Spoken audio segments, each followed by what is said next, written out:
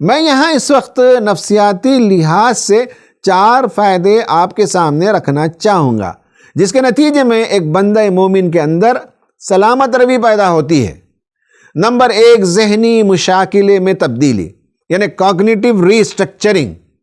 مومن کے سامنے جب مثالیں آتی ہیں تو وہ غور و فکر کرتا ہے، اس کی فکر میں تبدیلی واقع ہوتی ہے اور اس کا فکری سانچہ یا ذہنی مشاکلہ بدل جاتا ہے۔ اب وہ ان لطیف حقائق کو ایک دوسرے نقطہ نظر سے، ایک ڈیفرنٹ پرسپیکٹیو سے دیکھنے کا عادی ہو جاتا ہے، جس کے نتیجے میں اس کی شخصیت نکھر جاتی ہے۔ قرآن نے ان لوگوں کی مثال گدھے سے دی جنہیں کتاب اللہ ملی، مگر اسے پڑھنے، سمجھنے اور اس کے پیغام کے امین بننے کی توفیق نہ ملی۔ کوئی بھی انسان جس کی طبیعت میں سلامت روی ہو، اس مثال کو پڑھے گا تو وہ اپنی صورتحال پر غور کرے گا۔ قرآن سے اگر اس کی دوری ہے تو وہ اپنی سوچ کی اصلاح کرے گا اور اللہ کی کتاب کو محض تلاوت کے بجائے ہدایت اور دعوت کا ذریعہ بنائے گا۔ نمبر 2، جذباتی تسکین، ایموشنل ہیلنگ۔ بہت سی مثالوں کو سننے کے بعد مومن کے بے چین دل کو قرار آ جاتا ہے۔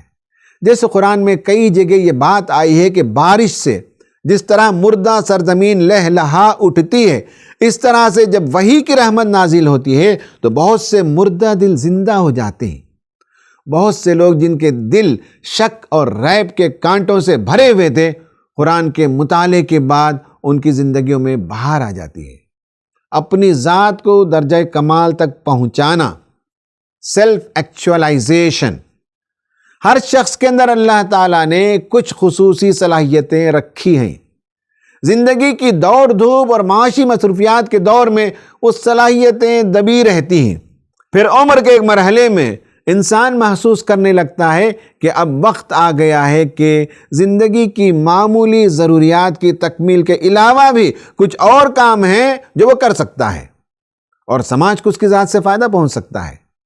اس مقام پر پہنچ کر وہ ان کاموں کی طرف متوجہ ہوتا ہے جن کی ہلکی سی چنگاری اس کے اندر دبی پڑی تھی۔ اب وہ سماج کے لیے ایک مفید انسان بننے لگتا ہے۔ یہی وہ بات ہے جسے قرآن نے ایک اچھے درخت کی مثال سے دی ہے۔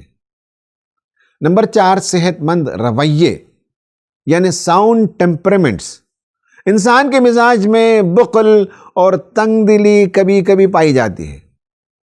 کوئی شخص اگر انسانوں کی خدمت کر بھی دیتا ہے تو وہ اس پر اپنی بڑائی جتاتا ہے، احسان جتاتا ہے یا اس بینیفیشری کی دل شکنی کرتا ہے، اور اس کا انفاق اور صدقہ اس کے لیے فائدے کے بجائے گناہ کا باعث ہو جاتا ہے۔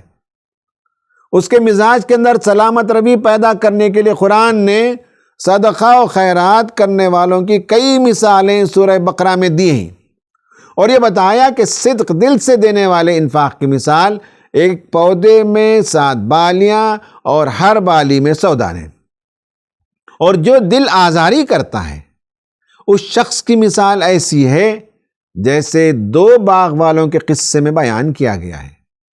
ایک بڑے باغ والا خدا کو بھول کر بڑی بڑی باتیں کر رہا تھا۔ اچانک اس کے باغ پر ایک آفت آ جاتی ہے اور ساری فصل تہس نہس ہو جاتی ہے۔ پھر وہ کفِ افسوس ملنے لگتا ہے۔ ان مثالوں کے ذریعے سے انسانی مزاج کے اندر اعتدال پیدا کرنا مقصود ہوتا ہے، اور اسے پڑھنے والا اور سننے والا جو اس سے فائدہ اٹھانا چاہے وہ ضرور اپنے رویوں کو بدل لے گا۔